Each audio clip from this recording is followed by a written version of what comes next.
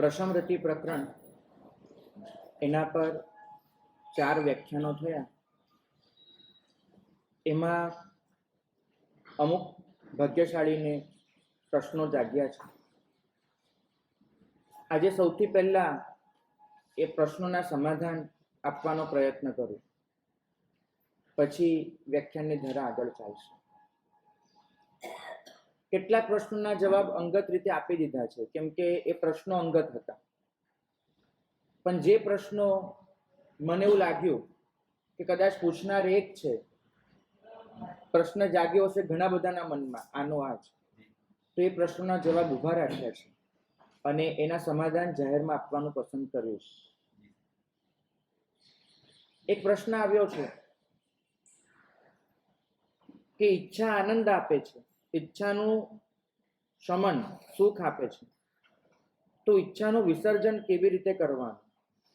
ઈચ્છા ઊભી જ ન થાય એ કેવી રીતે કરવાનું? આ પ્રશ્ન છે. ભાગ્યશાળી, પહેલા તો એક વસ્તુ સમજો કે ચોથો આરો અને પાંચમો આરો બંનેની સાધનામાં તફાવત છે. ઉપાધ્યાયજી ભગવંત લખે છે, ચોથા આરાની સાધના હતી ઈચ્છા ઊભી જ ન થવી.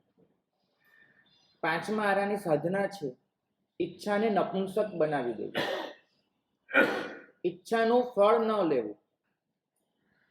ઈચ્છા ઊભી ન થાય એ ભૂમિકા 7મા ગુંઠાણાથી શરૂ થાય છે, અપ્રમત્ત અવસ્થાથી.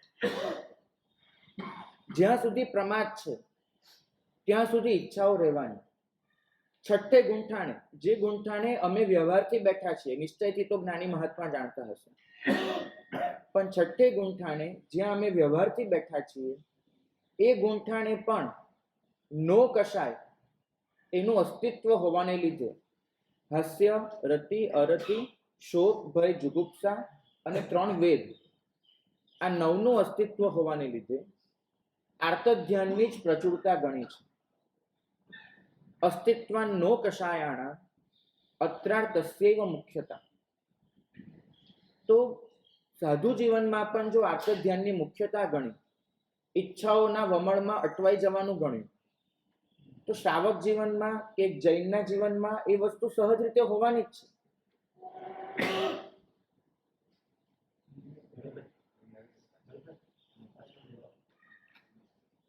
બચવાનું તો નથી સંભવિત, ઈચ્છાઓ ઊભી થયા કરવાની. તો હવે શું કરવાનું? 3 વસ્તુ વિચારી શકાય. પહેલી વસ્તુ કે ઈચ્છા ઊભી થાય એની ગિલ્ટ ફીલ નહીં કરો, અફસોસ નહીં કરો. આ શાસનમાં અફસોસ ક્યાંય લખ્યો જ નથી, બિલકુલ નહીં. પશ્ચાતાપ લખ્યો છે, અફસોસ નહીં.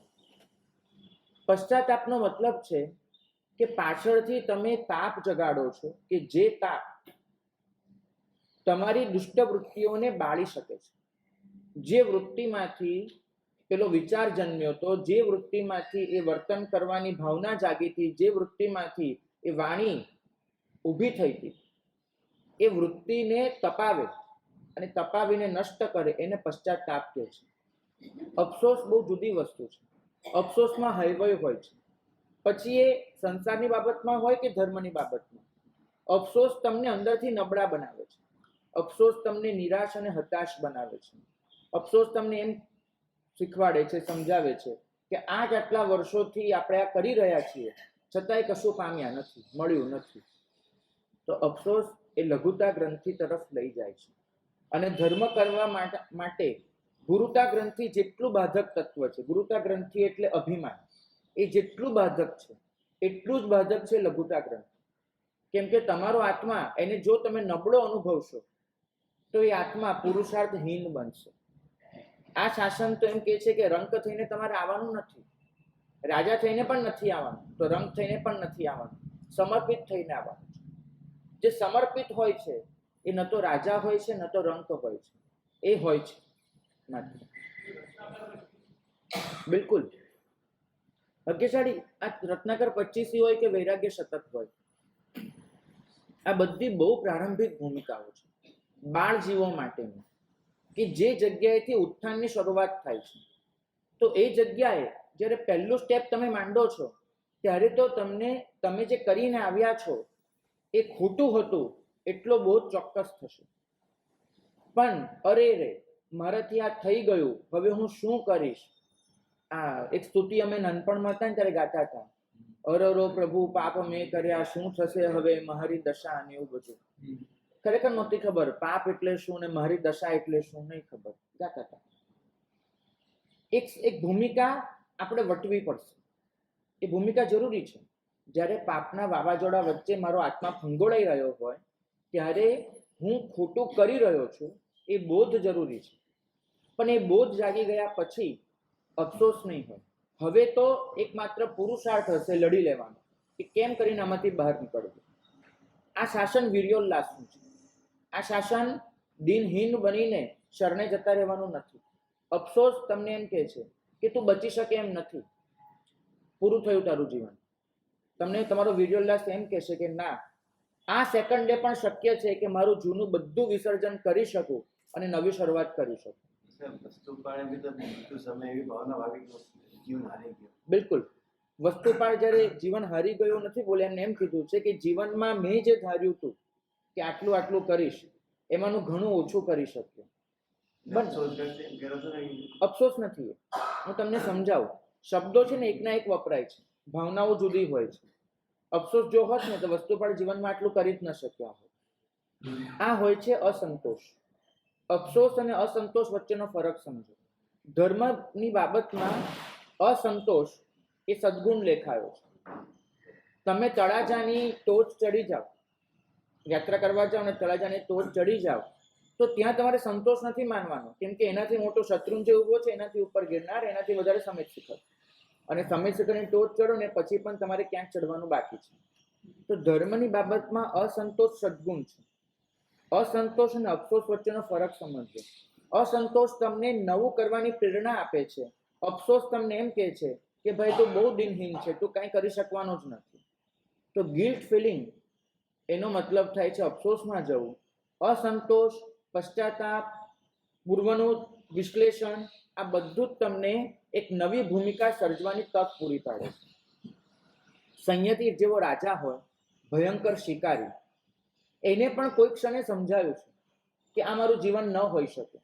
સોદાસ જેવો હોય કે જે બાળકને કાચા હાથમાં લઈને ખાઈ ગયો હોય, એનું લોહી પી ગયો હોય, એ સોદાસને પણ જો સદગતિ થઈ હોય, તેના મૂળમાં આ ભાવના છે કે ઉત્થાન શક્ય છે. પતનનો અફસોસ કરવા કરતાં વધારે જરૂરી એ છે કે ઉત્થાન કઈ રીતે કરવું એના પર વિચાર કરવો. શાસન આપણને આટલું શીખવે છે. ઈચ્છાનો અફસોસ નહીં કરો. ઈચ્છા થાય છે તો એને સ્વસ્થતાથી સ્વીકારી લો કે ઈચ્છા થાય છે, બસ. હવે એને પૂરી નહીં કરો, એને નપુંસક બનાવો. એની સામે બળજબરી નહીં કરો. ઈચ્છા કેમ થાય છે, એને કેમ રોકવું, કેમ કરીને હવે ન થાય એનો પ્રયત્ન કરવું, ભૂલે ચૂકે નહીં. એને નપુંસક બનાવો. અને પાછું દર વખતે નહીં, કેમ કે મન છે, ઈચ્છા કરનારું મન છે, આત્મા નથી. અને મન બિલકુલ બાળક જેવું છે. એની સામે લડવા જશો તો તમારી સામે ધમ પછાડા કરવાનું જ છે.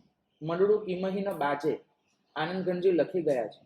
જેને જેને મનને હરાવવાનો, મનને સમાપ્ત કરવાનો પ્રયત્ન કર્યો છે, બધા જ હાર્યા છે, ખુદ હાર્યા છે. પણ મનને જીતવાનું છે. કોઈકને હરાવી દેવા અને કોઈકને જીતી લેવા, બંનેમાં બહુ ફરક છે. આપણે બધા હરાવવા નીકળ્યા છે, જીતી લેવાની. હરાવવાનો મતલબ એ છે કે હું તમને હાથ પગ બાંધી અને ક્યાંક પૂરી દઉં, તમને બેસાડી દઉં, તમે કશું કરી જ ન શકો. એનાથી વિરોધ સમાપ્ત નહીં થાય, બિલકુલ નહીં.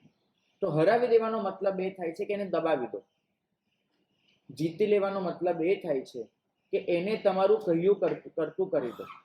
મન તમારા શરણે આવે, મન તમારું કહ્યું કરે, એને જીતવા બરાબર છે. તો આ જીતવાનું કેવી રીતે? પ્રશ્ન એ છે. તો જીતવા માટે જરૂરી છે કે એની સાથે બાળકની જેમ વ્યવહાર કરવો પડશે.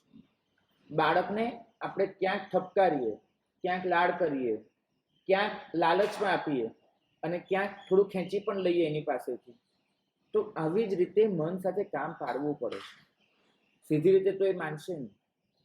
તો એને જે ઈચ્છાઓ થાય છે, સ્વયં વિવેક કરો આત્માથી કે કઈ ઈચ્છા પૂરી કરવી, કંઈ ન કરવું. 2 નિયમ રાખજો. દરેક ઈચ્છા પૂરી નહીં કરવાની અને દરેક ઈચ્છા પૂરી નહીં કરવાની એવું પણ નહીં રાખવું. બંને બાજુ કરવું પડશે. અને એમ કરતા કરતા ઈચ્છાનું પ્રમાણ ઘટતું જશે. મનને પણ સમજાશે.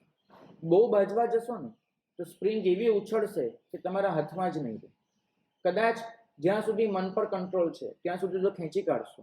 જે દિવસે મનનો કંટ્રોલ હટ્યો, સનેપાત જેવી ભૂમિકા આવી ગયા કામથી, અને કદાચ આ ભવમાં ન થયું તો પરભવમાં તો એ જે સંસ્કારો હશે ઘૂંટેલા, કરવું છે એ બહુ વિકૃત રીતે બહાર આવશે. એવું ન કરો. ડહાપણથી કામ લો. ડહાપણ અને શાણપણ આ ગુજરાતીના બહુ મહાન શબ્દો છે. તો ડહાપણનો મતલબ થાય છે કે મારે શું કરવું છે એ મને બરાબર ખબર હોય. શાણપણનો મતલબ થાય છે કે બીજાને શું જોઈએ છે એને હું બરાબર સમજી શકું. તો મન સાથે ડહાપણથી પણ કામ લેવાનું છે, શાણપણથી પણ લેવાનું છે.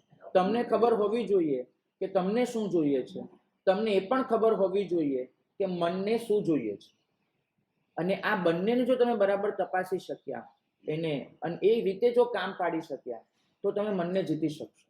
મનને હરાવવા ના નીકળતા, મનની સામે લડવા પણ ના નીકળતા, મનને દબાવશો પણ નહીં. મનની દરેક ઈચ્છા પૂરી પણ ન કરતા, નહીં તો ફાટીને ધુમાડે જશે, ઉચ્છૃંખલ બનશે. આપણે એને સ્વચ્છંદી નથી બનાવવાનું, કંટ્રોલમાં લેવાનું છે, પણ ધીમે ધીમે. તો બીજું આ તત્વ છે કે મન સાથે ઈચ્છાને ઓળખી અને એ પ્રમાણે ધીમે ધીમે કામ પાડતા જાઓ. અને ત્રીજું, ઈચ્છા ઊભી થાય છે તો ઈચ્છા કેમ ઊભી થઈ એ કેમનો જવાબ શોધવાનો પ્રયત્ન કરો. દરેક ઈચ્છા એ તમારી જરૂરિયાતમાંથી ઊભી નથી થતી. કેટલીક ઈચ્છા સ્ટેટસની હોય છે, કેટલીક ઈચ્છા લોકો સાથે રહેવાની હોય છે, કેટલીક ઈચ્છા બીજાના કરતા હું ઊંચો છું એ સાબિત કરવાની હોય છે, કેટલીક ઈચ્છા હું કોઈનાથી પાછળ રહી ગયો એ લાચારી દૂર કરવાની હોય છે, કેટલીક ઈચ્છા આપણું કોઈ પ્રિયજન છે તો એને સુખ આપવાની ઈચ્છા હોય છે, કેટલીક ઈચ્છા કોઈ ઈચ્છા વગરની જ હોય છે, બસ ખાલી થઈ ગઈ હોય છે. સૌ ઘણું બધું હોય છે. કેટલી ઈચ્છા આરોપિત હોય છે, ક્યાંક જોયું ક્યાંક કર્યું ને આપણે આપણા મન પર લઈ લીધું હોય છે. તો પહેલા તો ઈચ્છા ક્યાંથી જાગી એ શોધવાનો પ્રયત્ન કરજો. અને એ શોધીને એના મૂળ સુધી પહોંચશો ને, ઘણી બધી વખત એ મૂળ એ એટલું સહેલું હશે નિવારવું. તમે એને જો નિવારશો, ઈચ્છા દૂર થઈ જશે. તો ઈચ્છા ન જાગે એ આપણું લક્ષ્ય જ નથી, કારણ કે ચોથા આરાનું લક્ષ્ય છે, એ 7મા ગુંઠાણાનું છે. આપણું લક્ષ્ય તો છે ઈચ્છાને નપુંસક બનાવવી, દરેક ઈચ્છાને સફળ ન થવા દેવી, એ આપણું લક્ષ્ય છે. અને એ લક્ષ્ય સુધી પહોંચવા માટે પ્રયત્ન ચાલુ રાખજો. તો આપોઆપ તમને દેખાશે ઈચ્છા ધીરે ધીરે શમતી જશે. એને ખુદને સમજાશે કે દર વખતે હું પૂરી નથી થતી. એને ખુદને સમજાશે કે જેટલું જરૂરી હોય એટલું જ મને મળી રહ્યું છે. શાંત થતું જશે. ઈચ્છાને શાંત કરવા માટે હજુ પણ એક તત્વ છે જેનો તમે સહારો લઈ શકો, પ્રકૃતિ. આ એક તત્વ એટલું સારું છે. પ્રકૃતિના સાનિધ્યમાં આપણી ઈચ્છાઓ ઘણી બધી શમી જતી હોય છે. ગમે તેટલો માણસ ક્રોધથી ઉભરાતો હોય એને નદી કિનારે શાંતિથી બેસાડી દો, એને દરિયા કિનારે લઈ જાઓ, એને પ્રકૃતિની વચ્ચે મૂકી દો, ઘણું બધું શાંતિ આપોઆપ આવતી હોય છે. આનું કારણ એ છે કે તમે જો માનસિક રીતે સમજવા માંગતા હો તો આપણી ઘણી બધી ઈચ્છાઓ આપણી અંદર જે પંચ મહાભૂત છે એનું જે ઇનબેલેન્સ થયું હોય એમાંથી ઊભી થતી હોય છે. ક્યાંક આપણું પૃથ્વી તત્વ જાગૃત થઈ જાય, વધી જાય, ક્યાંક જલ તત્વ વધી જાય. તો આ જે આપણા શરીરમાં જે પંચ મહાભૂત છે એમાં જે અખડ થાય, બેલેન્સ ન જળવાય, એમાંથી ઈચ્છાઓ જન્મતી હોય છે. આ ઈચ્છા એને સમાવવા માટે પ્રકૃતિના સાનિધ્યમાં જશો, એ પ્રકૃતિનું સાનિધ્ય એ તમારા પંચ મહાભૂતને પાછું બેલેન્સમાં લાવી આપશે. અને એ જેવું બેલેન્સમાં આવશે તમને આપોઆપ એક શાંતિનો, એક તૃપ્તિનો અહેસાસ થશે. તમારામાંથી ઘણાને અનુભવ હશે કે જો એકાંતમાં શાંતિથી તમે બગીચામાં બેઠા હો તો મન આપોઆપ થરતું જાય છે, નિરાશ અનુભવાતી જાય છે. એનું કારણ એ છે કે પ્રકૃતિ તમારી અંદર જે પંચમહાભૂત છે એને બેલેન્સ કરી રહી છે. તો પ્રકૃતિના સાનિધ્યમાં રહેવું મહિને એકાદ વખત, 15 દિવસે એકાદ વખત બહુ જરૂરી છે. જો આ કરી શકશો તો પણ ઈચ્છા પર આપોઆપ કંટ્રોલ આવવાનો છે. બીજો એક પ્રશ્ન ગઈકાલે એવો આવ્યો હતો કે મારે સાહેબ તમે પ્રિયની બાબતમાં તો કહ્યું કે પ્રિય સામે આવે ત્યારે એનાથી વધારે સારું શોધી લો તો તમે બચી જશો. મેં ગઈકાલે એવું કહ્યું હતું. અપ્રિયમાં શું શોધવાનું? એનાથી વધારે ખરાબ એવું શોધવાનું. અપ્રિય આવે તો શું કરવાનું? તો નહીં ભાઈ, અપ્રિય આવે તો બે રસ્તા છે. એ અપ્રિયને સ્વીકારી લેવાના. સ્વીકારવું તો પડશે જ, સ્વીકાર સિવાય રસ્તો નથી. પણ સ્વીકાર બે જાતનો હોઈ શકે છે. કોઈ અપ્રિય ઘટના બને જીવનમાં, કોઈ અપ્રિય વ્યક્તિ સાથે જોડાણ થાય આપણું, કોઈ અપ્રિય વસ્તુ જીવનમાં પ્રવેશી જાય. તો પહેલી વાત એ છે કે એ જે અપ્રિય છે એને દૂર કરવાનો પ્રયત્ન તો આપણે ચોક્કસ કરી શકીએ. દરેક વસ્તુ સ્વીકારી જ લેવી એવો અભિગમ નથી. કેમ કે ફરીથી એ અભિગમ 7મા ગુંઠાણાનો છે કે તમારી સાથે જે પણ થાય છે એને બસ 100% સ્વીકારી લો. પણ 6ઠ્ઠા ગુંઠાણ એવું ન હોય. પ્રભુએ કહ્યું છે કે સાધુ ચાલતો જતો હોય અને સામેથી સિંહ આવી રહ્યો છે, પાગલ હાથી આવી રહ્યો છે, તો સાધુએ શું કરવાનું? એને રસ્તો છોડીને બાજુમાં સંતાવવાની કોશિશ કરવાની કે સામી છાતીએ ઉભા રહી જવાનું? શું કરવાનું? તો પ્રભુએ શું જવાબ આપ્યો કે જે જીનકલ્પી મહાત્માને, જે પ્રતિમાધર મહાત્માને, જે 7મા ગુંઠાણાવર્તી મહાત્માને મૃત્યુનો ડર નીકળી ગયો છે, એમને હવે આ શરીરની કોઈ જ પરવા બચી નથી. સંપૂર્ણપણે એમનું ચિત્ત મોક્ષમાં લાગી ચૂક્યું છે. એ મહાત્માએ પોતાનો રસ્તો બદલવાનો નથી, સહજ ભાવે આગળ વધ્યા જવાનું છે અને જે થાય એને સ્વીકારી લેવાનું છે. પણ મારા જેવા સ્થવિરકલ્પી મહાત્માઓ કે જેને મૃત્યુનો ડર હજુ સંપૂર્ણ નીકળ્યો નથી, જેને હજુ જીવવાની પડી છે, જેને હજુ શરીરનું રક્ષણ કરવાની પડી છે, એમને તો રસ્તો છોડીને બચવાનો પ્રયત્ન કરવાનો છે. ભૂમિકા ભેદે પ્રભુના જવાબ બદલાય છે. સમજો, એક વસ્તુ છે, જીનકલ્પી મહાત્મા હોય, એમનો હાથ લઈ અને તમે આગમાં મૂકી દો આમ સીધે સીધો, તો એ હાથ પાછો ન લે એ મક્કમતાથી. પણ જીનકલ્પી મહાત્મા મક્કમ નથી હોતા. એમનો હાથ પાછો એક સ્પંદન પણ નહીં જગાડે. એમનો હાથ પાછો નહીં ખેંચે એમ નહીં, એમના હાથમાં આગમાં મૂક્યા પછી કોઈ સ્પંદન જ નહીં આવે. જે આપણું એક સેલ્ફ રિએક્શન હોય છે કે તરત હાથ પાછો ખેંચેલા એના સ્પંદનથી તમે ગમે તેટલા ઊંઘમાં હો, હાથ આગમાં જાય તો હાથ પાછો ખેંચાય આમ કરીને. આ જે શરીરનું એક સહજ તંત્ર છે સ્વયં સ્ફૂર્ત, એ જ એમના જીવનમાં સમાપ્ત થઈ ગયું હોય છે. એમનો હાથ કોઈ સ્પંદન જ ન અનુભવે પાછા ખેંચાવા માટેનું. તો જે વ્યક્તિ આ કક્ષાએ પહોંચી ચૂકી છે એને બચવાનો પ્રયત્ન નથી કરવાનો. જે વ્યક્તિ એ કક્ષાએ નથી એને બચવાનો પ્રયત્ન કરવાનો છે. એ જ વસ્તુ તમારા જીવનમાં અપ્રિયતા એ તમને જો કનડતી નથી, પીડતી નથી, એ ભૂમિકાએ તમે પહોંચી ચૂક્યા છો, તો પછી અપ્રિયતાને સ્વસ્થતાથી સ્વીકારી લો. પણ એવી ભૂમિકા નથી તો અપ્રિયતાને દૂર કરવાનો પ્રયત્ન ચોક્કસ કરો, એક હદ સુધી પ્રભુના માર્ગને આધીન રહીને એનાથી બચવાનો પ્રયત્ન કરો. પણ માનો કે બચી નથી શકતા. એક ઉદાહરણથી કહું, લગ્ન થઈ ગયા છે, સમજાઈ ગયું છે કે સાસુમા સાથે પૂર્વભવના કોઈક અનુબંધ એવા પડેલા છે કે ગમે તે કરીને હવે એમને રાજી નહીં કરી શકાય. અને પતિ એને જો સતત આગ્રહ કરીશું કે છૂટા થવું છે તો પતિને બે બાજુ પીસાવાનું થશે. એ માને જુએ કે પત્નીને જુએ.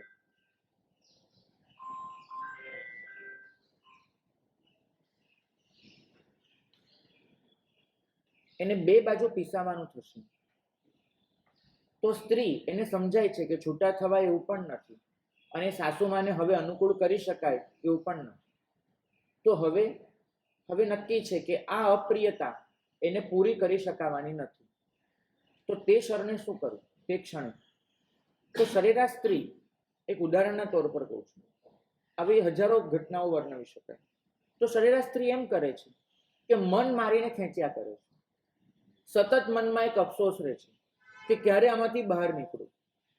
મનમાં ક્યારેક એવો વિચાર પણ આવી જાય છે કે હવે સાસુમાનું જીવન પૂરું થાય તો સારું. મનમાં ક્યારેક એવો વિચાર પણ આવી જાય છે કે સાસુમાં એ કોઈક રીતે બીજે ચાલ્યા જાય તો સારું. મનમાં સતત એવો વિચાર રહે છે કે આના કરતા તો હવે મારું જીવન પૂરું થાય તો સારું.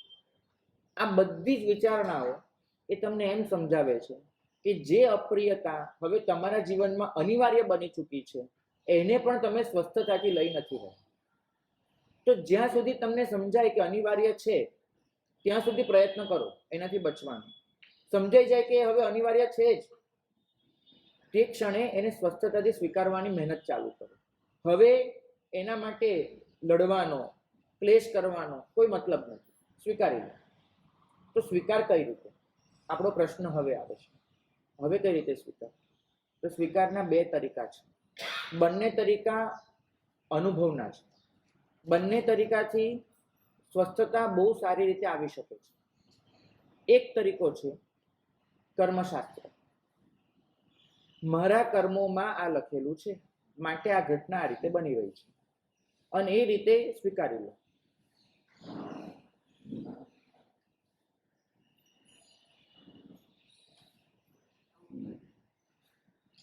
પણ જીવનમાં ઘણી વખત જોયું છે કે કર્મશાસ્ત્રનું જ્ઞાન એ થિયરી બનીને રહી જાય છે, પ્રેક્ટિકલમાં નથી આવતું. બહુ બધી વખત જોયું છે.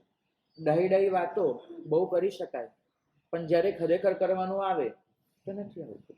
આપણે જોઈએ છે સગર ચક્રવર્તીના 60,000 છોકરા બળી મળ્યા, અને ઇન્દ્ર બ્રાહ્મણનું રૂપ લઈને સગર ચક્રવર્તીને સમજાવવા આવે છે ત્યારે પહેલા તો એમ કહે છે કે મારો દીકરો મરી ગયો છે. પેલો બ્રાહ્મણ એમ કે છે મારો દીકરો મરી ગયો છે અને હું ખૂબ દુઃખી છું. તો સગર ચક્રવર્તી એક સાધુ સમજાવી શકે એના કરતા વધારે સારી રીતે પેલા બ્રાહ્મણને સમજાવે છે કે સંસાર કેવો અનિત્ય છે, સંબંધો તો આવી રીતે પૂરા થવા માટે જ હોય છે, આમ છે તેમ છે, કેટલી બધી વાતો કરે છે. એ સાંભળીને આપણને એમ થાય કે માણસ કઈ કોટીનું પહોંચેલો માણસ છે. આપણને એમ થાય કે અંદરથી આ સાધુ બની ચૂક્યો છે વગેરે વગેરે. અને જ્યાં એ બ્રાહ્મણના મુખે સાંભળે છે કે 60,000 છોકરા પોતાના મરી ગયા છે, અને પછી સિંહાસન પરથી આઘાતના મારો ગબડી પડે છે, પોતે બેભાન થઈ જાય છે, અને જે કલ્પાંત આક્રંત બધું કરી મૂકે છે. તમને એમ થાય કે આ બે સગર એક જ છે? જે સગર એમ સમજાવતો હતો એ જ સગર આ છે? કારણ શું છે? કારણ એટલું છે કે આપણી થિયરી બહુ જ પાવરફુલ છે. પ્રેક્ટિકલ એક્ઝામમાં એટલા જ નપાસ થનારા માણસ છે. પેપરમાં લખવાનું આવે થિયરી એકદમ પાવરફુલ રીતે લખી નાખે, પણ એ જ જ્યારે પ્રેક્ટિકલમાં મૂકવાનું આવે છે ત્યારે ખબર નહીં એ બધો જ બોધ, એ બધી જ સમજણ ક્યાં વિલાઈ જાય છે. વી ડોન્ટ નો, નથી સમજાતું. તો આ ક્ષણે જો આવું બને છે, કર્મશાસ્ત્રથી તમે ટકી શકતા નથી, તો પછી એકમાત્ર અને સૌથી સરળ માર્ગ છે સંપૂર્ણ સમર્પણ ભાવ અનુભવી લો. મારા અનુભવથી કહું છું, ગમે તેટલું ભણ્યા પછી, ગમે તેટલી સમજણ કેળવ્યા પછી, ગમે તેટલું વિચારના અનુપ્રેક્ષા કર્યા પછી પણ આઘાતમાંથી બહાર નથી જવાતું. કેમ કે આપણું જ્ઞાન છે એ બુદ્ધિના સ્તરે જ રહી ગયું છે, આત્મસાત નથી થયું. મારી બુદ્ધિ ટેરાબાઇટમાં છે, તમારી ટેરાબાઇટમાં છે, દરેકની. એટલે આપણે બુદ્ધિમાં બધું ભરી દીધું છે, અને આ જે બુદ્ધિમાં ભર્યું છે એની કેસેટ આપણે વગાડ્યા કરીએ, ચાલ્યા કરે. આત્મામાં ઊંડું ઉતર્યું જ નથી કશું, બધું સપાટી પર છે. એટલે જ્યારે ખરેખર કોઈ ઘટના એવી બને છે કે જે આત્માને અડકી જાય છે, આત્માને ચૂભી જાય છે, આત્માને હિંધી જાય છે, ત્યારે આત્મા માટે બચવા માટે કશું હોતું જ નથી આત્મા પાસે. કેમ કે આત્મા તો કોરો ધાકોર છે. જે બી ભણ્યા, જે બી કર્યું બધું બુદ્ધિમાં હતું, આત્મામાં તો કશું પહોંચ્યું નથી. એટલે આત્મા વિહ્વળ બની જાય છે. કેમ કે લાઈક કેવું છે, હું ઊભો થવા જઉં અને અચાનક પગ ડગી જાય છે મારા, તો પકડવા માટે કંઈક પ્રયત્ન કરું છું, પણ આજુબાજુ કંઈ પકડવાનું જ નથી, સળિયો કે આ, એટલે ગબડી પડું છું. તો લાઈક આત્માને પકડવા માટે મળે એવું કશું આપ્યું જ નથી આપણે, બધું બુદ્ધિમાં રાખ્યું, એટલે આત્મા ગબડી પડે છે, વિહ્વળ બને છે. તો આ ક્ષણે રસ્તો બચે છે સંપૂર્ણ સમર્પણ ભાવનો. સ્વીકાર કર. એ સમર્પણ એ તમને એક જ વસ્તુ સમજાવશે કે તમારી સાથે જે થઈ રહ્યું છે એનાથી વધારે સારું થવું શક્ય ન હતું. તમારી સાથે એ જ થઈ રહ્યું છે કે જે તમારા માટે સૌથી સારું હતું, ખાસ તમારા માટે, બીજાના માટે નહીં, તમારા માટે. મને એક સંતનું વાક્ય બહુ જ ગમી ગયું હતું, અને મારા જીવનમાં મેં પોતે એ વાક્યને બહુ ઘૂંટ્યું છે. નિરાશ નથી થતો, હતાશ નથી થતો એવું નથી કહેતો. માનવીય લાગણીઓ તો મને પણ હોય. કેટલી વખત ઘણું બધું મગજ પર ચડી બેસે છે, પણ પછી એમાંથી બહાર આવવા માટે આ વાક્ય જ મને ખપ લાગ્યું છે. અને આજ સુધીનો અનુભવ રહ્યો છે કે એ વાક્ય સાચું પડ્યું છે. ક્યારેક 5 દિવસમાં સાચું પડ્યું છે, ક્યારેક 5 વર્ષે સાચું પડ્યું છે, પણ સાચું પડ્યું છે. મારી યોજના કરતા એની યોજના વધારે સારી છે. મારી યોજના કરતા એની યોજના વધારે સારી હશે. બસ શું છે મને નથી ખબર, પણ એને કંઈક સારું જોયું છે, કંઈક સારું બનેલું છે એવું જીવનમાં કે ચોમાસા નક્કી થઈ ગયા હોય, બધું જ સારી રીતે થઈ ગયું હોય, અને પછી એવો એક વાવંટોળ જાગે કે તમારે ચોમાસું કેન્સલ કરવું પડે. કેટલાય મનમાં સ્વપ્ન કરી લીધા હોય, અહીંયા જઈશું, આમ કરીશું, તેમ કરીશું, બધું કેન્સલ. અને એ સંજોગોમાં આ વાક્ય એક સધિયારો આપ્યો છે કે મારી યોજના કરતા એની યોજના વધારે સારી હશે. અને નિશંક એવું બન્યું છે કે જ્યાં જવાનું થયું છે ત્યાં વધારે લાભ થયો છે. આ ક્ષણે મને અને તમને નહીં જ સમજાય, પણ સમર્પિત થઈ જાઓ. જો સમર્પિત થશો, તમારી કમાન એના હાથમાં સોંપી દેશો, તો એ તમને એટલું જાળવી લેશે, તમને ખરોચ પણ નહીં આવે. થોડા કર્મો કરેલા છે મેં અને તમે, એટલે એને થોડુંક તો કરવું જ પડે. શું કરે? થોડુંક તો કરવું જ પડે. હું તમને એક વાત કરું, અમે લોકો લોજ કરાવીએ, અત્યારે આટલા વર્ષો થયા, હવે કોઈ ફરક નહીં પડે, પણ શરૂમાં શું હોય, તમે જ્યારે લોજ કરાવીએ ત્યારે થોડીક વેદના તો થવાય, વાળ ખેંચાય, એટલે શું કરીએ આપણે, શરીર છે ને આમ એકદમ આમ કડક કરી નાખીએ. પછી થોડુંક આમ કરીએ, અખડ ડખડ, આમ તેમ બધું કર્યા કરીએ, ઊંધું છતું, ઊભા રહો, આમ કરો, તેમ કરો, બધું કરીએ. અને નક્કી માનજો કે તમે જેટલું અખડ ડખડ કરો ને એટલી વેદના વધતી જાય. પણ એક સારું તત્વ વડીલ ભગવાન તો એમ કે જે મહાત્મા લોજ કરી રહ્યા છે એમને પૂરેપૂરી ખબર છે કે ઓછામાં ઓછું કષ્ટ થાય એ લોજ કેવી રીતે કરવો, એમને ખબર છે. એ ખુદને કષ્ટ પડતું હોય ને એનાથી એ વધારે તમારા કષ્ટને અનુભવે છે. એ એવી રીતે જ કરશે કે તમને કષ્ટ નહીં પડે. જીવતા વાળ છે, થોડુંક તો થવાનું, પણ એ થોડુંક સૌથી ઓછું હોય એનું ધ્યાન એ રાખશે. તમે સંપૂર્ણ સમર્પિત થઈને બેસી જાઓ કે હવે જે થશે એ સૌથી સારું થશે. અને મને ખબર છે કે શરીરને ઢીલું મૂકી દો, લચક થઈ જાઓ અને સોંપી દો પોતાની જાતને, પછીનો જે લોચ હોય ને એ એકદમ સરળ હોય, કેમ કે એ વયો જાય. મને ખબર છે અમને સ્કૂલમાં ક્યારેક તો થપાટ પડતી હતી, કંઈક કર્યું હોય એટલે પેલા કાં તો હાથ ધરીને ઊભા રહેવાનું, કાં તો, અને હંમેશા વધારે થપાટ ત્યારે વાગે, હંમેશા યાદ રાખજો કે જ્યારે તમે કડક થઈને ઊભા હો, હવે મને પડશે, હવે આમ થશે, અને શરીરને જો તમે કડક રાખ્યું હોય ને તો થપાટ હંમેશા વધારે વાગે. તમે જો અમને એમ કહેવામાં આવે શ્વાસ લઈ લો ઊંડો, પછી શ્વાસ લેવાનો છોડી દો, અંદર શ્વાસ ભરી દેવાનો, શ્વાસ બંધ કરી દેવાનો અને શરીર ઢીલું મૂકી દેવાનું, કડક નહીં ઢીલું, તો બહુ ઓછી વેદના છે. અને મારો પોતાનો અનુભવ, ગાલ પર પડી કે અહીં પડી, જો આ અનુભવથી કર્યું છે તો બહુ ઓછું થયું છે. આ જ વસ્તુ આ શરીરના સ્તરે છે, એ જ મનના સ્તરે છે, એ જ આપણા અસ્તિત્વના સ્તરે છે. તમે જેટલું બાંધવા જશો, જેટલું શરીર કડક રાખીને કે મનને કડક રાખીને કે આત્માને કડક રાખીને આ બધું લેશો ને એટલી વધારે પીડા છે, એટલી વધારે વેદના છે. સોંપી દો પોતાની જાતને પરમ તત્વને. અરે તમે એના અંશ છો. એક બાળક સતત નક્કી કરવા જાય, સતત હું શું પહેરીશ, શું ખાઈશ, શું પીશ, આમ કરીશ, તેમ કરીશ, તો માં એને સાચવે કઈ રીતે? માને તો એટલું જ ફાવે કે બાળક ખોળામાં ઢબુરાઈ જાય, બરાબર? માં એના પર પાલો વીંટી દે અને એને ખોળામાં લઈ પોતાની છાતીએ વળગાડી દે, હૂંફ આપી દે. એ બાળક સૌથી સલામત છે, દુનિયાનું સૌથી સુખી જીવ છે, કારણ કે એને પોતાની જાત માને સોંપી દીધી છે અને એને ખાતરી છે કે હવે પછી જે પણ થશે એ સૌથી સારું જ હશે, કેમ કે માં મારી દરકાર કરી રહી છે. આ અહેસાસ જીવનમાં ફરી જગાડી દો. ઓલી જગજીત સિંહની છે ને ગઝલ આવે છે, વો કાગજ કી કિસ્તી વો બારિશ કા પાણી, એમ કરીને ગઝલ છે કે મારું બાળપણ કોઈ મને પાછું લાવી આપો કરીને. હું એટલું જ કહું છું, આપણા જીવનમાં બાળપણ પાછું લાવી દો. નાના હતા કેટલી સરળતાથી માના ખોળામાં, માથું દુખ્યું તોય માનો ખોળો, કાંઈ પણ થયું માનો ખોળો, કોઈનું જોડે લડીને આવ્યા તોય માનો ખોળો, વાગ્યું કર્યું તોય માનો ખોળો, દરેક વખતે હરી ફરી અને ત્યાં સમાઈ જતા હતા અને પછી બસ શાંત થઈ જતા હતા, જંપી જતા હતા. આ જમ્પ આપણામાં નથી રહ્યું. સાચું કહું ને, જમ્પ શબ્દ તમારા જીવનમાં છે ખરો? જંપી જવું એટલે નહીં. એ જંપી જવા માટે પરમાત્માનો ખોળો છે.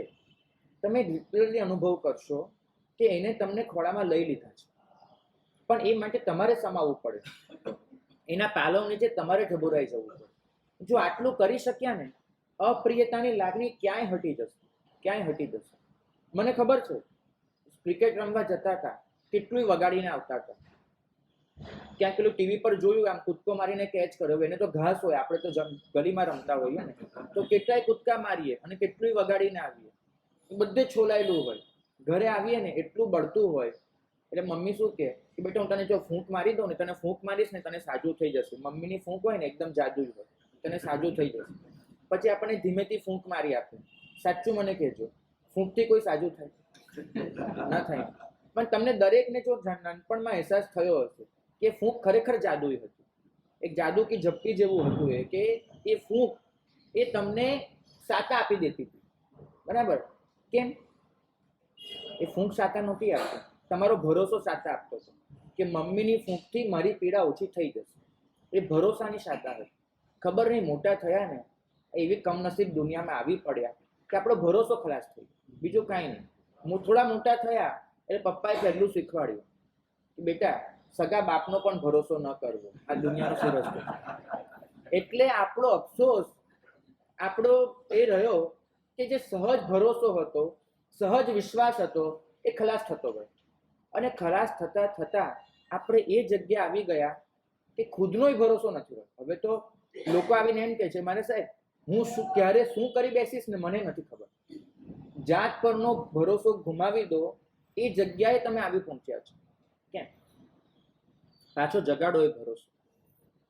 ભરોસામાં જો રહેતા હશો ને તમે, કે પરમાત્માની ફૂંક તમારા દરેક ઘા પર તમને અનુભવાશે કે ઘા શમી રહ્યો છે. તમારી દરેક અપ્રિયતા એ સમાપ્ત થઈ રહી છે, બધું જ થઈ રહ્યું છે. તમારા માટે દરેક વસ્તુ સહ્ય બની જશે, દરેક વસ્તુ ઉપેક્ષાને પાત્ર બની જશે. તમે એટલા તરબતર હશો આનંદમાં, કશું થશે જ નહીં, તમને કાંઈ જ નહીં થાય. ચાલ્યા કરે, ચાલ્યા કરે. તમે ગણકારશો પણ નહીં, ઘણું બધું થયા કરશે. મને ખબર છે, અમે કેટલાક અજાણ્યા પ્રદેશોમાંથી વિચરતા હોઈએ તો કેટલાય બાળકો જેને અમને જીવનમાં જોયા ન હોય, તે બાળકો અમારી કેટલી મજાક મસ્તી કરે, કેમ કે એમને ન તો આવો વેશ જોયો છે, ન તો આવા મતલબ અત્યારે તો વાળ છે થોડાક બી લોચવાળા માથા જોયા છે, કાંઈ નથી જોયું.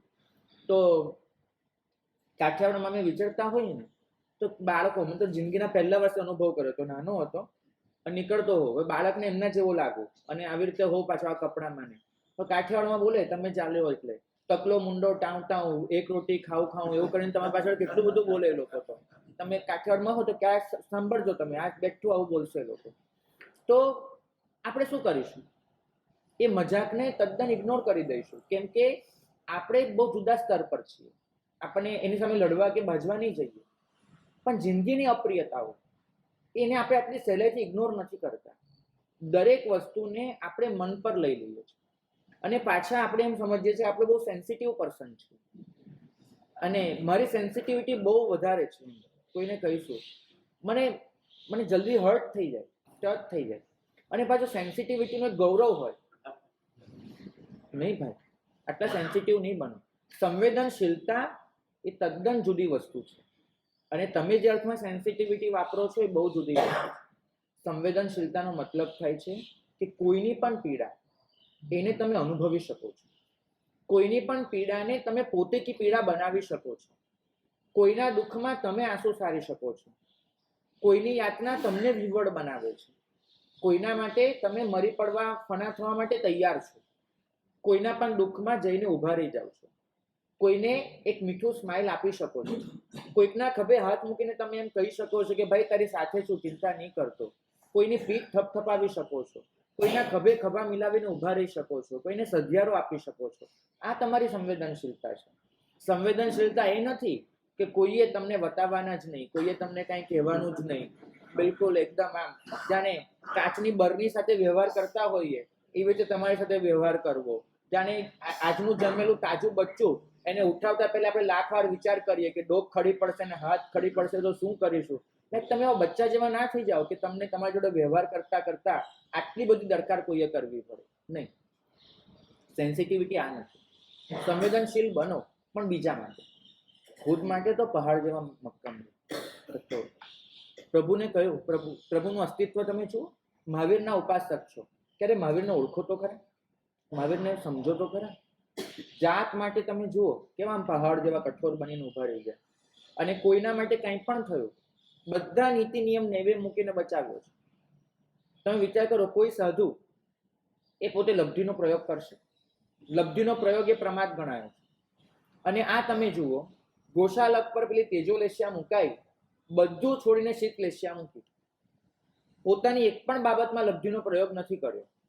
અને જ્યાં ગોશાલકને કાંઈ પણ થયું, બધા નીતિ નિયમ નેવે મૂકી દીધા અને કરી નાખ્યો પ્રયોગ. આ છે એમની સંવેદનશીલતાની પરાકાષ્ઠા. જે મનુષ્ય પોતાની પીડામાં એક મોઢામાંથી હરફ નથી કાઢતો, એ કોઈકના માટે રડી શકે છે. અને દુનિયાએ એને મહાવીર તરીકે ઓળખ્યા છે. મહાવીરનો મતલબ જ આ થાય છે. એક આટલું કોમળ અસ્તિત્વ, જાત માટે આટલું કઠોર અને બીજા માટે આટલું કોમળ. અને હું ને તમે કહેતા ફરીએ કે અમે મહાવીરના ઉપાસક છીએ, મહાવીરના બંદા છીએ, અને વર્તમાન કો વર્ધમાન કી જરૂરત હે ને બધું કહેતા ફરીએ, પણ જીવનમાં મહાવીરતાનો એક અંશ ન લાવીએ તે ભગવાનને ભજવાને આપણે લાયક કઈ. જ્યારે પણ તમે કોઈ પરિસ્થિતિમાં આવા અફસોસમાં ઉતરી જાઓ ને, તો વિચાર કરજો કે ખરેખર એ મહાવીરના પગ પકડવાને હું લાયક છું, એ પગ સુધી પહોંચવાને પણ લાયક છું? બિલકુલ નહીં. તો જે ભાગ્યશાળીનો પ્રશ્ન હતો, હું તો ભૂલી ગયો છું કોણે મને પૂછ્યો હતો, પણ જેનો પ્રશ્ન હતો કે અપ્રિયતા વાળી વસ્તુ બને તો શું કરવું, તો મેં મારો અનુભવ તમને કહી દીધો કે આવું કરી શકાય છે. હજુ પણ કંઈક બાકી રહેતું હોય તો પૂછી લેજો. સ્વીકાર ભાવ બહુ અઘરો છે. આવી સ્થિતિમાં સ્વીકાર ન થાય, અચાનક રિએક્શન થઈ જાય ને પછી અફસોસ ભલે થાય, ત્યારે તો પોતાને કંટ્રોલ કરવું મુશ્કેલ પડતું હોય. જો ભાઈ, આવી સ્થિતિમાં રિએક્શન અપાઈ જાય ને, એ તો અમારા કેસમાં પણ એટલું સાચું છે. અમે લોકો બહુ ઓછું રિએક્શનથી બચતા હોઈએ છીએ, બરાબર. સાધુ છીએ, થોડા વધારે સમજેલા હોઈએ આમ કેમ, અને ગુરુ ભગવંતો પાસે કેળવાયેલા હોઈએ, એટલે અમારું રિએક્શન ઓછું હોય, પણ થાય તો અમને પણ. ફરક એટલો છે, ઉપાધ્યાયજી મહારાજનું વચન, બીજું એક વચન કહું જે આપણા માટે એક લેન્ડમાર્ક બની જાય એવું છે. એમને કહ્યું છે કે કશાયિક પરિણતિમાં જતા રહેવું, એટલે કશાયને અનુભવી લેવો, એ આપણા માટે એક સહજ ઘટના થઈ ગઈ છે. જે ખરેખર વિભાવ છે, પણ આપણા માટે સ્વભાવ બની ચૂક્યો છે, સહજ બની ચૂક્યું છે. હવે તમારી પરીક્ષા એ છે કે કેટલી ઝડપથી પાછા ફરી શકો છો. પરીક્ષા એ નથી કે આપણે અંદર જઈશું કે નહીં જઈએ, કેમ કે એ આપણા હાથની વાત નથી રહી. આપણે સંસ્કારોને એવા ઘૂંટી લીધા છે, કશાયોની એવી આદત થઈ ગઈ છે કે વસ્તુ બની, આપણું રિએક્શન આવી ગયું, બચતા જ નથી આપણે. હવે બીજા નંબરનો પ્રશ્ન, કેટલી ઝડપથી પાછા ફરી શકો છો? આપણે તો ક્રોધ કરી પણ લઈએ, રિએક્શન આપી પણ દઈએ, પણ બહુ ઝડપથી પાછા નથી ફરતા. તો હવે એની મહેનત કરજો. જેટલું ઝડપથી એમાંથી બહાર નીકળી શકો, પાછા ફરી શકો, એટલું તમે સાધના માર્ગમાં આગળ વધ્યા એ નક્કી માનજો. મેં કીધું એમ, ઈચ્છા ઊભી ન થવી ચોથા આરાની સાધના હતી, ઈચ્છાને નપુંસક બનાવવી પાંચમા આરાની સાધના છે, કશાય જાગે જ નહીં એ ચોથા આરાની સાધના હતી, કશાયમાંથી બને તેટલી ઝડપથી પાછા ફરી જવું એ પાંચમા આરાની સાધના છે. સહજ સ્વીકાર પહેલી ક્ષણે ન હોય, પણ સહજ સ્વીકાર 10મી ક્ષણે હોઈ શકે છે. અને 10મીની 9મી કરવી, 9મીની 8મી કરવી, એ પુરુષાર્થ ચાલુ રાખો. આ પુરુષાર્થમાં આગળ વધશો, તમને દેખાશે કે ધીમે ધીમે કશાયોનો કાળ ઘટી રહ્યો છે, કશાયની તીવ્રતા ઘટી રહી છે, અને કશાયની ફ્રીક્વન્સી ઘટી રહી છે. 3 વસ્તુ ઘટાડવાની છે. કશાયનો કાળ ઘટવો જોઈએ. પહેલા આપણને 15 દિવસ સુધી ક્રોધ ખેંચાઈ જતો હતો, હવે 5 દિવસમાં આપણે કંટ્રોલ કરી શકીએ છીએ. કશાયની તીવ્રતા ઘટવી જોઈએ. પહેલા આપણને એમ થતું હતું મારી દઉં, કરી દઉં, હવે ખાલી એટલું થાય છે ને એને કંઈક સંભળાવી દઉં. તેની તીવ્રતા ઘટવી જોઈએ અને ફ્રીક્વન્સી ઘટવી જોઈએ. વારે મગજમાં એ વિચાર આવતો હતો, હવે ઓછો થતો જાય છે. તો આ બધું ઓછું કરતા છે. દમન કરશો તો પાછું ફાટી નીકળશે. લાવા અંદર ને અંદર રહેશે તો ફાટી નીકળવાનું. અને ઓકી પણ નહીં કાઢો, એ તો ઉલટી થઈ. હું મારો ક્રોધ બહાર કાઢી નાખો, ઉલટી થઈ. દમન એટલે દબાવી રાખ્યું, પેલું ઉલટી કર્યું. આ તો શાંત પાડવાની વસ્તુ છે. એના પર પાણી છાંટ્યા કરો. અને પાણી માટે શબ્દ આપ્યો છે ધર્મ ધ્યાન. વિચાર કરો ક્રોધના પરિણામોનો, વિચાર કરો ભૂતકાળમાં થયેલી ઘટનાઓનો કે જેમાં મહાપુરુષોએ ક્રોધને કેવી રીતે કંટ્રોલ કર્યો હતો. વિચાર કરો પ્રભુની હિત શિક્ષાઓનો, વિચાર કરો ક્રોધના દોષોનો. આ બધું કરીને પાણી છાંટતા રહો અને લાવાને બુઝાવતા રહો. ન બુઝે તો પ્રયત્ન ચાલુ રાખો. તમારે બધાની તકલીફ એ છે, કથાઓ કરવી છે માસ્તુષ મુનિની, બરાબર, અને થાકી જવું છે પહેલા જ દિવસે. કસાયો સામે લડત ચાલુ કરી. થોડુંક કર્યું, મારા જ નથી થતું. પેલા ફરીથી બચ્ચું હોય ને, સ્કૂલમાં જાય, દાખલો મેડમ કે ગણો, 2 મિનિટમાં કે મેડમ નથી થતું, નથી આવડતું. એટલે પ્રયત્ન તો કરો. માસ્તુષ મુનિએ જો 12 વર્ષ અજ્ઞાન સામે લડત આપી હોય, પોતાના જ્ઞાનાવર્ણીય કર્મ સામે આપી હોય, આપણી લડત ખરેખર 12 વર્ષની થઈ છે. એવી સિન્સિયર લડતનું પૂછું છું, એવી ગંભીરતાથી લડવાનું પૂછું છું. આપણે 12 વર્ષની લડત આપી જ નથી અને બહુ ઝડપથી હથિયાર હેઠા મૂકી દીધા છે. આ નહીં ચાલે. 12 વર્ષની લડત આપો, ચાલુ રાખો અને થાકો નહીં, હારો નહીં. તમને દેખાશે કે જીત તમારી છે. ફરક એટલો છે કે ક્યારે એનો જવાબ કુદરત આપશે. જીત તમારી છે, નક્કી વસ્તુ હોય છે. ક્યારે એનો જવાબ કુદરતને આપવા દો. પ્રયત્ન ચાલુ રાખો. ક્યાંય હારતા નહીં, ક્યાંય થાકતા નહીં, ક્યાંય શરણાગત બનતા નહીં, ક્યાંય શસ્ત્રો નીચે મૂકી દેતા નહીં. અડીખમ યોદ્ધા રહેજો. અદમ્ય સાહસ એ તમારું લક્ષણ હોવું જોઈએ. મહાવીરનો ઉપાસક વીર હોય એવું વડીલ ભગવંતો કહે છે. તો વીરતાના પરિમાણ કયા? મને 3 પરિમાણ જડ્યા છે. હું વીરતાને 3 પરિમાણથી મૂલું. 1, જબરજસ્ત ખુમારી હોવી જોઈએ, પૂર્ણ ખુમારી. બીજું હોવું જોઈએ અપ્રતિમ સાહસ. તમારું સાહસ એવું હોવું જોઈએ કોઈને દબાવી ન શકે. અને ત્રીજું અવિચલતા. સંગ્રામમાં ગમે તે થાય, પારોઠના પગલા નહીં ભરું, પાછો નહીં હતું. આ ક્ષત્રિયોનો ધર્મ છે. ખરેખર કહું, તમે જો મહાવીર ક્ષત્રિય હતા, ઓસવાલો મૂળમાં ક્ષત્રિય હતા. આ ક્ષત્રિયોનો ધર્મ હતો. જે દિવસથી જૈન ધર્મ વાણિયાઓના હાથમાં આવ્યો ને, એ દિવસથી આ પતન થયું. ક્ષત્રિય યોદ્ધાઓ હતા, અવિચલ. વાણિયો એ શોધતો હોય કે ક્યાંથી આમાંથી બહાર નીકળી શકાય એવું છે. એને જગ્યા શોધતો હોય કે 100 સૈનિક ઊભા છે, ક્યાંથી ગલી છે કે ગલીમાંથી આપણે બહાર ભાગી જઈએ. ક્ષત્રિય એ જોતો હોય કે 100 સામે કેવી રીતે લડી લેવું છે. તમે લોકોએ હંમેશા ભાગવાના રસ્તા શોધ્યા છે, લડવાના નહીં. ક્રોધથી બચીને ભાગી નીકળવું છે, ક્રોધ સામે લડવું નથી. ભાગ્યશાળી, હું સાચું કહું છું, ખોટું લાગે તો માફ કરજો, પણ તમારા પ્રશ્નનો વાસ્તવિક જવાબ આપું છું. તમે દોષોમાંથી બચી નીકળવા માંગો છો, ભાગી છૂટવું છે. દોષો સામે લડત નથી આપતી. આ ધર્મ ક્ષત્રિયોનો છે, વાણિયાનો નથી. ક્ષત્રિય બનો, એક સૈનિક બનો, સુભટ બનો, અને બનીને પૂરેપૂરા સાહસ સાથે યોદ્ધા બનીને ઝંપલાવી લો. મેસેજનો અવાજ ક્યાં? એટલું યાદ રાખજો કે શત્રુ જેમ જેમ ચાલ બદલે છે પોતાની, તેમ તેમ આપણે આપણી ચાલ બદલવી પડે છે. બરાબર? કારણ કે ચક્રવ્યૂહ છે. અભિમન્યુ એમ નક્કી કરીને જાય કે હું માત્ર તલવારથી લડીશ કે હું માત્ર તીરથી લડીશ, નહીં ચાલે. નહીં તો તલવાર પણ જોઈશે, તીર પણ જોઈશે, ગદા પણ જોઈશે, મુદગર પણ જોઈશે. અહીં તો કંઈ ન મળે ને શસ્ત્ર તરીકે, તો છેલ્લે મુગટ પણ શસ્ત્ર તરીકે વાપરી શકાય છે અને રથનું પૈડું પણ શસ્ત્ર બની જાય છે. આ અભિમન્યુની લડાઈ છે. 7 કોઠાને વિંધવાના છે, ચક્રવ્યૂહ છે. તમે લડવા માંગો છો કોઈ એક શસ્ત્રને પકડીને, નહીં જીતી શકો. જેમ જેમ શત્રુ બદલાય છે તમારી સામે કર્મના, જેમ જેમ એની ચાલ બદલાય છે, તેમ તેમ એને ઓળખીને તમારે તમારી ચાલ બદલતા જવું પડશે, તો જ તમે એને જીતી શકવાનો છો રણ સંગ્રામમાં. અને એ બાબતે માર્ગદર્શન હું તમને નહીં આપી શકું. એ બાબતે માર્ગદર્શન જૈન શાસનના કોઈ આચાર્ય નહીં આપી શકે. અરે સ્વયં મહાવીર પણ તમને નહીં આપી શકે, બિલકુલ નહીં. મહાવીર તો તમને માત્ર યુદ્ધના દાવપેચ શીખવાડી શકે, યુદ્ધના દાવપેચ. યુદ્ધમાં ઉતર્યા પછી કઈ ક્ષણે શું કરવું એ તો નક્કી તમારે કરવાનું હોય છે. મને એટલી ખબર છે, કોચ હંમેશા પેવેલિયનમાં બેઠો હોય છે, એ પીચ પર નથી હોતો. પીચ પર તો બેટ્સમેન જ ઊભો હોય છે. દરેક બોલ પર કોચ કહેવા ના આવે કે આ બોલને કેવી રીતે રમવાનો. એને તો જે કહેવાનું હોય પહેલા કહી દીધું છે. પીચ પર તો તમે ઊભા છો. રણ સંગ્રામમાં મહાવીર તમારી પડખે નહીં હોય. મહાવીરે જે કહેવાનું હતું એ 2500 વર્ષ પહેલા કહી દીધું છે. પેવેલિયનને બદલે સિદ્ધશિલા પર બેઠા છે, એમને કહેવાનું કહી દીધું છે. આપણને મોકલી આપ્યા છે આ પીચ પર, રમવાનું તમારે છે. આપણને મોકલી આપે છે રણ સંગ્રામમાં, જીતવાનું તમારે છે.